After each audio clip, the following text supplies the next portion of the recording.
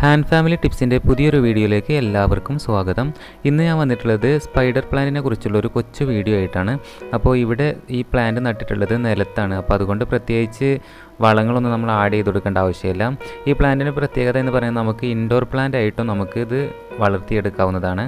പിന്നെ ഇതിന് പോട്ടി മിക്സ് ആയിട്ട് കൊടുക്കാവുന്നത് മണ്ണ്, മണൽ, അതുപോലെ ചാണകപ്പൊടി, കൊക്കോപിറ്റ്, ഇതൊക്കെ നമുക്ക് പോട്ടി മിക്സ് ആയിട്ട് യൂസ് ചെയ്യാവുന്നതാണ്. പിന്നെ ഈ പ്ലാന്റിനെ റിബൺ പ്ലാന്റ് എന്ന പേരിലും അറിയപ്പെടുന്നുണ്ട്.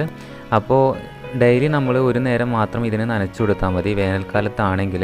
അതല്ല ഇനി നമ്മൾ പോട്ടിലാണ് നടുന്നതെങ്കിൽ നല്ല നീർവാർച്ചയുള്ള ഒരു പോട്ടിൽ നടാനായിട്ട് പ്രത്യേകം ശ്രദ്ധിക്കണം.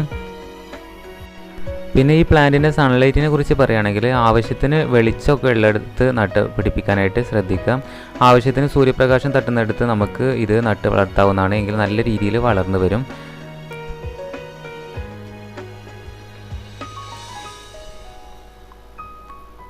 പിന്നെ ഇത് പ്രൊപ്പഗേറ്റ് ചെയ്തെടുക്കാൻ വളരെ സിമ്പിളാണ്. ഇതിൻ്റെ അടിവശത്ത് ഇതുപോലത്തെ ഓരോ കിഴങ്ങ് രൂപത്തിലുണ്ടാവും. റൂട്ടൊക്കെ വന്നിട്ട് ഇതുപോലത്തെ ഓരോ തൈകളായിട്ട് തന്നെ നമുക്ക് കിട്ടും. അപ്പോൾ ഇത് മുറിച്ചിട്ട് നമുക്ക് വേറെ പോട്ടിൽ സിമ്പിളായിട്ട് നട്ട് വളർത്തി പരിപാലിക്കാവുന്നതാണ്. അപ്പോൾ കണ്ട് ഈ പോട്ടിൻ്റെ അടിവശത്ത് ഇതുപോലത്തെ ഓരോ വേരുകൾ, ഒരു ഇഷ്ടംപോലെ വേരുണ്ടാവും. അതുപോലെ ചെറിയൊരു കിഴങ്ങ് പോലെ ഒരു മുള പൊട്ടി വന്നിട്ടുണ്ടാവും. അത് വെച്ചിട്ട് നമ്മളിത് നട്ടുപിടിപ്പിക്കാം. അപ്പോൾ അത്യാവശ്യത്തിന് വെളിച്ചമൊക്കെ ഉള്ളിടത്ത് സൂര്യപ്രകാശമൊക്കെ തട്ടുന്ന ഭാഗത്ത് നമ്മൾ ഈ ചെടി നട്ട് വളർത്തുകയാണെങ്കിൽ നല്ല രീതിയിൽ വളർന്നു വരും.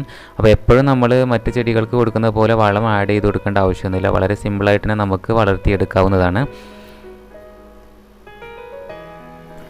പിന്നെ ഈ ചെടിയുടെ ഇലകളൊക്കെ കാണാൻ നല്ല ഭംഗിയാണ് കേട്ടോ. നല്ല ഭംഗിയായിട്ട് നമുക്ക് നമ്മളെ ഗാർഡനിലൊക്കെ സെറ്റ് ചെയ്യാൻ പറ്റിയൊരു പ്ലാന്റാണിത്.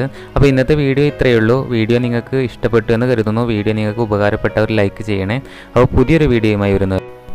ബൈ.